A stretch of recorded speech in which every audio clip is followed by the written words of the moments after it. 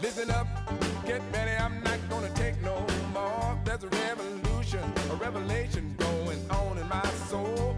Buckle up, get ready, we're not gonna sit back. Welcome back, all you citizens of the world, for Live from the Heartland for the week of November 16th. And we are talking with our old friend, Jeff Smith. Jeff has, been a guest on this show a number of times over the years. He's a longtime activist, a progressive activist. He's kind of a thorn in the side to the political establishment. And what I like to share is he's a friend of everything Heartland. He's, besides volunteering with organizations from the local to the global, on issues from neighborhood crime to military spending. He's a veteran of countless political campaigns over many decades, from being a poll watcher to a campaign manager and to being a candidate. He served 4 years as the Illinois Democratic Party committeeman and put in 10 years on the board of the Democratic Party of Evanston. He's taught a course on election law at Loyola University, and I think this may be new, he is currently a confirmed independent. Hello to you, Jeff. How are you doing? I'm doing good. Nice to see you, Michael. Confirmed independent. I was always a, quote, independent Democrat, and I'm not sure there's room for that in the party anymore. So it was liberating to just look in the mirror one day and say, they don't want me except for maybe my feet and my checks, but nothing above the waist. So, here I am. And it gives me, I feel, a little more relatability to the largest growing segment of the electorate. One of the interesting numbers was that both Kamala and Trump got about 9,000 votes less than they did, than Biden did and Trump did 4 years ago. All the numbers aren't completely in, but I don't think that it's going to change that significantly. So unless there was some unusual surge 4 years ago, and maybe there was, a lot of people just stayed home this round. There was the phrase you heard from the pundits, the double haters. The pollsters were talking about the people who didn't like either candidate before Biden dropped out, and Kamala had a little honeymoon and a month or two where she was ahead, but I think that reverted to the mean, as stock analysts would say. So, as it just popped into my head, what's your take? We're recording a few days before the 16th. The show first goes up on the 15th on Lumpen Radio and on YouTube, and then it's on WLUW on Saturday. I'm just wondering if you have any insights, any hopes around how the House races will turn out, and whether the Republicans are going to get a trifecta here by winning the House, or if we still have a shot at getting the House. I did see Howard Dean on the television last night, and he still was holding out hope for the Democrats getting the House. What's your sense of that, Jeff? Hope is a positive emotion. Hope is hope. Wishful thinking will only get you so far. I believe in hope. I believe in prayer. I also believe in math. I don't have any particular insights on the outstanding districts, not living in any of them, and I'm not sure that I have talked to anybody who was active in any of those districts in the last week. I think it's mathematically possible, but mathematically unlikely. My hopes would be, I think a lot of Americans, if they had their druthers, would prefer split government because they, again, the double hater effect, and maybe hate's too strong a word, but the agenda, at least it's perceived, of both major parties is not where most Americans are at. And that's partly a function of the primary process. It's hard to get nominated in either party without being, running the gauntlet of a number of litmus tests where you have to take positions that most Americans don't favor. What's your general take on where we're at? I mean, if I was coming from Mars and I didn't know anything about what's going on, and I say, okay there, Jeff, I hear you know a lot about politics. What's your sense of where the Democrats are at? Well, if you're coming from Mars and you don't know what's going on, that doesn't disqualify you to vote, and it doesn't disqualify you to hold office, right? As long as you've been naturalized. The Democrats took a licking, if you believe the numbers, and it was a shift across the board. But it, as somebody pointed out, it wasn't a landslide by normal, what we used to call a landslide. If you have 10 people in a room and 5 people think one way and 5 people think the other, that's not really a landslide. But there was a big enough shift that the Democrats ought to take note. And some of the articles you mentioned, cover it. People have all sorts of explanations. I think the biggest mistake the Democrats would be, or their allies, the left, progressives, would be to blame the people. I mean, we've spent 4 years talking about democracy. Saul Alinsky said you got to meet people where they're at, right? So I think it was him. So I think it's time for some soul searching. Brett Stephens, who I'm not always a fan of, had an insightful column on the 22nd of October in the New York Times saying if Kamala loses, this will be why. And then he followed it up with a kind of a name-calling article afterwards, but it's still got some insights now talking about prigs and pontification in the Democratic Party. Jon Stewart was much to the same effect before the election, saying if the Democrats blow it, this will be why. I think a lot of folks feel talked down to, and I use the phrase left, right, and left out. Politics is not just a matter of left and right. The left out are arguably bigger than either the left or the right, and there's a huge chunk of Americans that don't feel that either party is really addressing their needs. And Trump's campaign, to some extent, was more anti-establishment. It's anarchism from the right, if you will, kind of giving a finger to a lot of institutions and norms, and obviously that offends a lot of people. But if people are generally angry, it can be a winner. And we can overanalyze this. We could spend days on this. We can make this a mini series and spend a couple hours every day. But you can start with a couple easy numbers.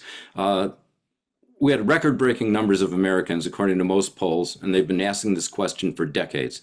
Is the country headed in the right direction?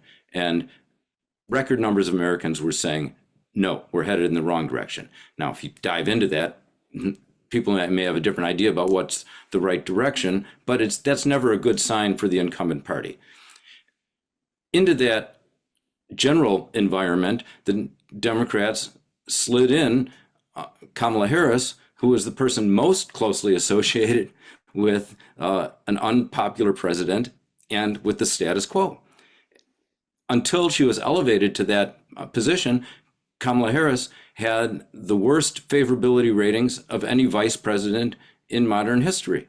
And the one time she tried to campaign on the national stage on her own, it met with a whole lot of success. She was one of the first candidates to drop out in 2020. So you just take that overall picture, and that's, I think, why in one sense she was correct when she said she was the underdog. But people say she didn't have enough time are incorrect, because what the polls showed was that she got a surge of popularity when she became the nominee, was leading in the polls for a while, and then the more that she campaigned and the more that people saw of her and the more that people started to realize what she was running on, it wasn't selling. So the Democrats have a problem. Kamala, to some extent, it's part of it's personal to her, part of it is not personal to her. She was just the person holding the flag that a lot of folks don't want to salute anymore. So that's a problem. And the Democrats really need to figure out where not only are they not reaching folks, but where they might actually be turning folks off as well. You mentioned the anti-establishment vibe in the country, which and the like giving the finger to the Democrats or the government in this case. I think that's a lot of it, that you got a lot of people who don't pay as much attention to politics as maybe you or I do. And, they've got some problems in their life and they kind of go with this kind of would-be fascist guy uh, rather than people that we have supported, thinking that their life will get better by sticking it to the gov.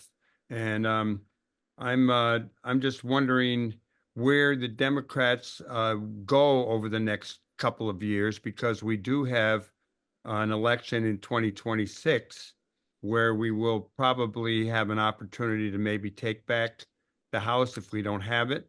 Who knows what the Senate will be? There's a lot of Senate races coming up then.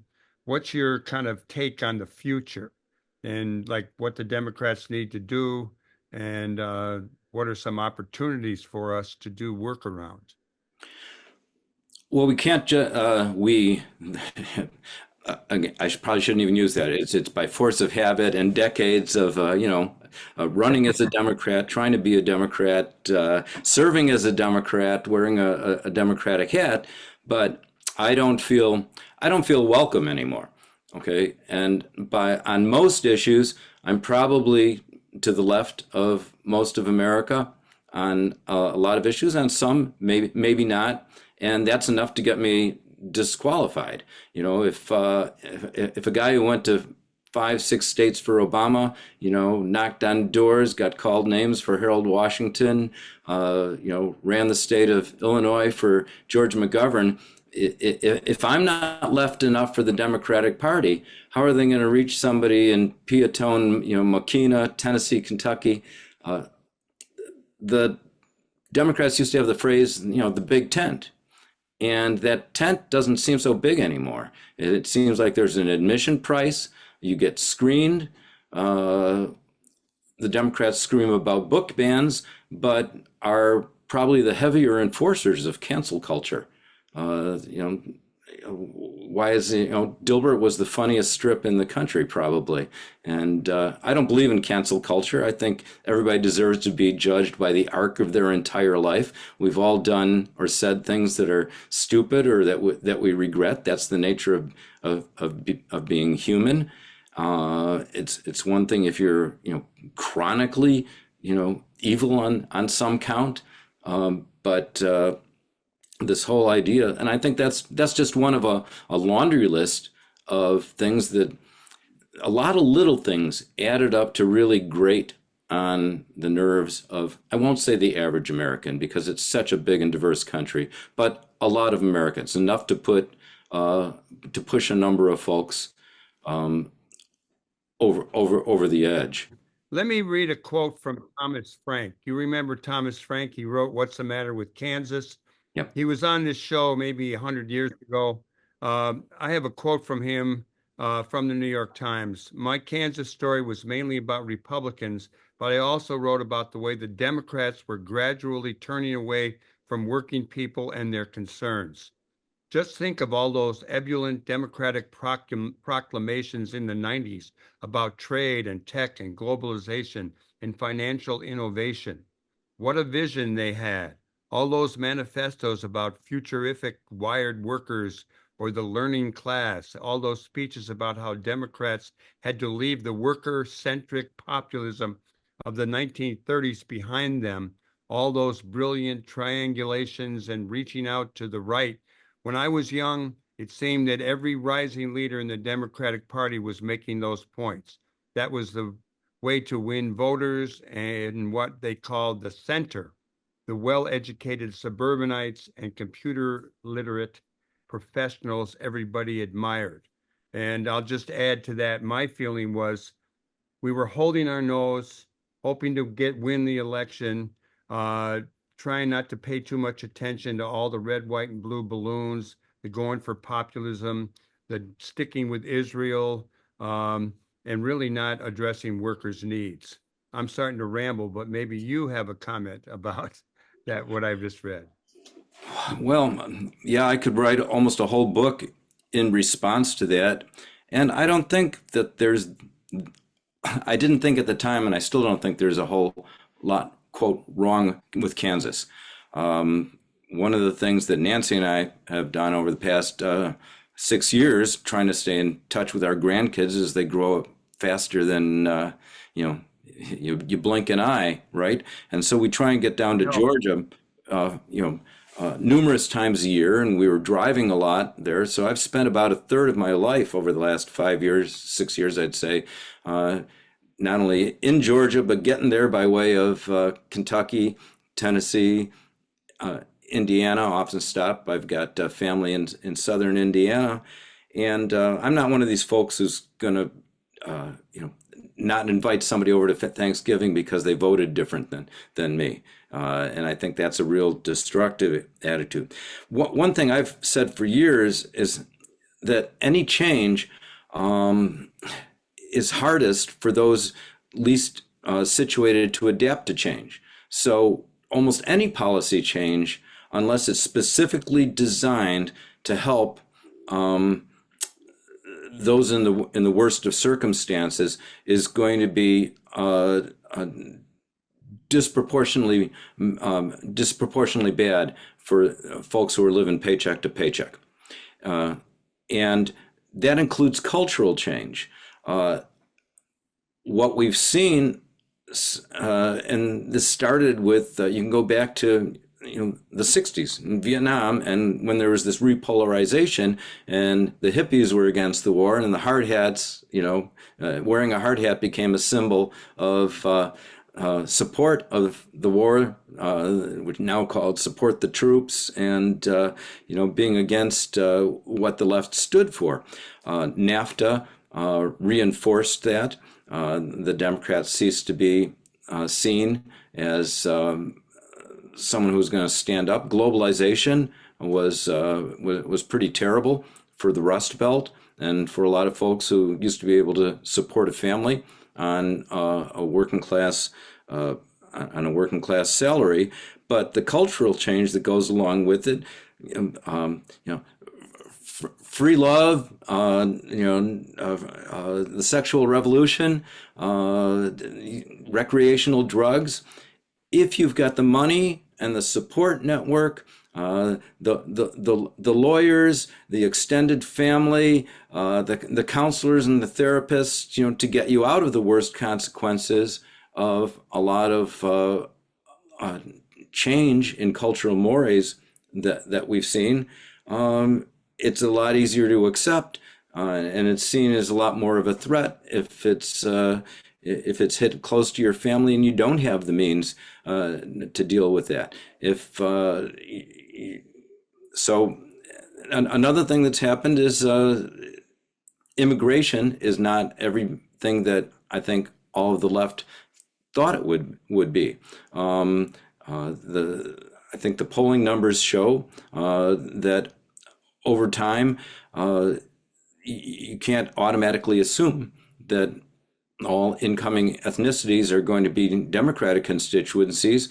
A lot of the folks coming from Central America, South America, they're either Catholic or they're actually evangelicals, for example. A lot of folks coming from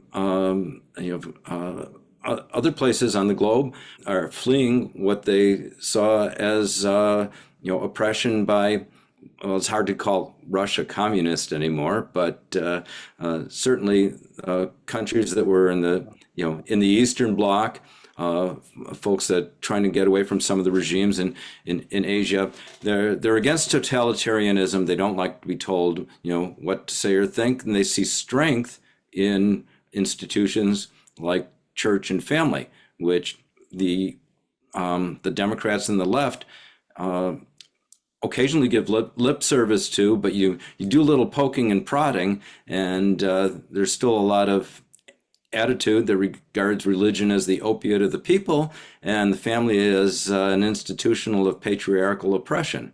So that's not going to win a lot of hearts and minds in Kansas. And I don't think that's the fault of people in Kansas. It's a disconnect that's grown within the body politic. Jeff, let me ask you a little bit about the role of the Palestine, Gaza, Middle East question. You're a closer follower of Bernie Sanders than I am. I have a great respect for Bernie and like him a lot, and have rooted for him. But he's been pretty critical lately about the party. What would you like to share about that and maybe the Well, role of Palestine? uh, you want to make sure I never run for anything ever again, right? Uh, it's interesting. I was looking at some polling numbers today, and the Democrats have not had a positive favorability rating in about 9 years. But there was a big drop off for Biden, for Kamala, for the Democratic Party in the spring of this year. And I was like, what was going on in the spring? What was going on in the spring? I think that, and I looked more by subgroups, and there was a huge drop off among young voters. So I think the Democrats failed to distinguish themselves enough from the Republican position. There's been a few real large surges of populism, if you will. What are the biggest marches that we've seen, in the past, 15, 20, 20 years? There was a huge number of people that took to the streets over the invasion of Iraq. Prior to it happening, there was some pretty large climate oriented marches and protests, New York City, around this country. There was, of course, the reaction to Trump's initial election, Pink Hats, Grant Park, and all the rest of it. That last one sort of stuck, but the other two impulses haven't been honored as much. You're in a tough place. People have very strong opinions, and a lot of powerful interests have very divided opinions on the Middle East. But I think that Biden and the Democrats needed to do more. Needed to take a stronger a stand for human rights, for democracy. If you're campaigning to be, and democracy is one of your big things, and the name of your party is the Democratic Party, but then you kind of got to stand up for that everywhere. You can't put an asterisk, and finger wagging doesn't do a whole lot of of effect. People can debate sanctions. Biden had no problem threatening sanctions when Putin was lining up tanks at the Ukraine border, but finger wagging and the threat of sanctions, and then even sanctions didn't stop Putin. With Israel, and understandably, if you're Israel, you're going to retaliate. You're going to take some action to root out those you think want to kill you. But it also appears that Netanyahu now had an excuse after October the 7th to do what a lot of folks on his camp had wanted to do all along. And you look at the pictures, and it's hard to say that it adds up to self-defense. And then we ended up with, anti-Semitism is a scourge. It's horrible, but arguably the Netanyahu regime is one of the biggest drivers of that globally now. So it created a divide. It didn't help the Democratic Party. I think it drove a lot of folks out at the time. They eventually ended up coming. Most of them came back because they saw Trump was going to be even worse. But not all of them did. I think a lot of them just ended up staying home, and that's where it was not a win-win. It was maybe a lose-lose, but you chose kind of the worst of all worlds. Well, hey, Jeff, I want to thank you for coming on and sharing these thoughts. We're running out of time, but I'll invite you publicly right now to come back on, and we'll talk some more about a number of things we didn't get to touch on.